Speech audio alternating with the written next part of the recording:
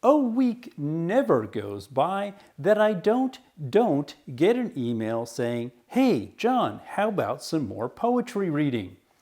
I can only assume that I don't get those emails because you guys are being shy. So here you go.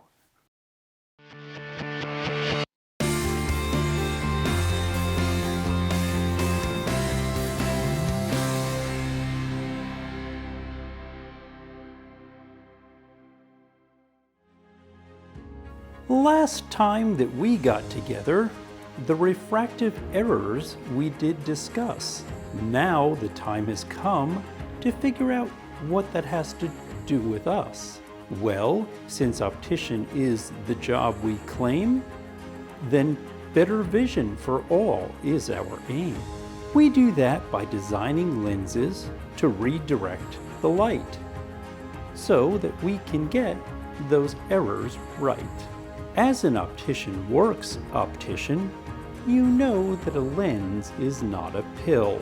So it is a lens design order that we fill: diverge, converge, minify, or magnify.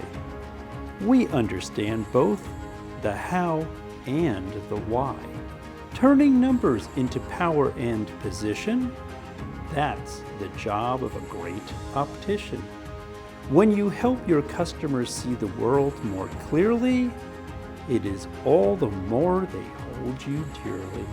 So razzle and dazzle your customers every day and make sure your lenses come from Laramy-K.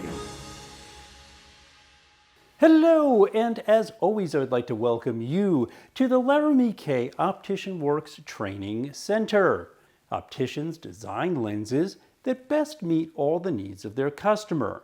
We turn these into these. Soon you will be grabbing lens design orders and your mind will instantly become a whirlwind. One glance and you'll be thinking about power, position, frames, materials, measurements, coatings, intended use. The list goes on. But it all starts with these simple big picture concepts that we're about to cover. 1. What is the refractive error we're trying to correct? 2. What power and in what position do I need to place a lens in order to correct it? A few disclaimers before we get going today. Disclaimer 1, lenses redirect light, they don't bend light. However, without the aid of a billion-dollar animation package, our one flat dimensional drawings will simply have to do. Disclaimer number 2, since the eye is a three-dimensional object and the eye's focusing system is quite complex, these concepts are being presented in very simplistic terms, but they're terms and concepts that work just fine for understanding what we need to do as opticians. Remember disclaimer number 1? Well, I'm going to repeat it. These are flat, one-dimensional drawings, and I have been struggling for over 10 years to get them perfect. Truth of the matter is, you can't. What you need to focus on here are the profiles of the lenses as they are placed in front of the eye in relationship to the refractive error that we are going to try to correct. Enough said. We start with myopia because, for one thing, it is very, very common. We already covered the errors in the last video, so we are not going to do that again.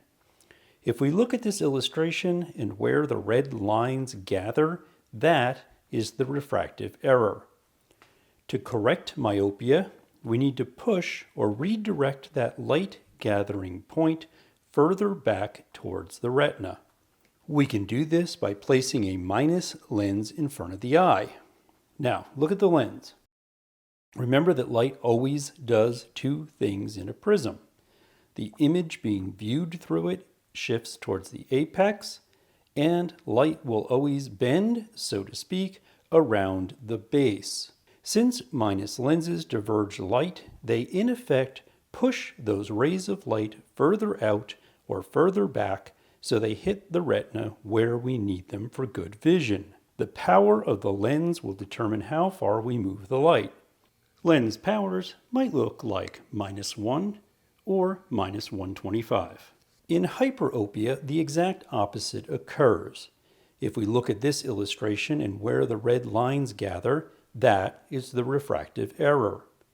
To correct hyperopia, we need to pull or redirect that light gathering point closer in towards the retina. We can do this by placing a plus lens in front of the eye. Look at the lens. Since plus lenses converge light, they in effect pull those rays of light closer in so they hit the retina where we need them for good vision. Lens powers might look like +1 or +125. I need you to really look and really think about the lens and the light. If you can, close your eyes and visualize it. Try to picture it in 3 dimensions. The rest of the errors involve astigmatism. Powers that correct astigmatism will have a sphere, a cylinder, and an axis. Axis is how we know where to place what power in relationship to the error. In simple myopic astigmatism, some of the rays fall exactly where we need them, others fall short. Now, look at the lens that we will use to correct it. In one area of the lens, we will have no power. If my front curve is +1 and my back curve is -1, that would be positioned where the rays hit where they already need to. And in other areas, we will have minus power. How much minus power we will need will depend on how far we need to push those rays back. Lens powers might look like plano, -125 at 85. In simple hyperopic astigmatism, some of the rays fall exactly where we need them, others fall past. Now, look at the lens that we will use to correct it. In one area of the lens, we will have no power if my front curve is a +6 and my back curve is a -6, which would be positioned where the rays are already hitting where they need to. And in other areas, we will have plus power. How much plus power we will need will depend on how far we need to pull those rays forward.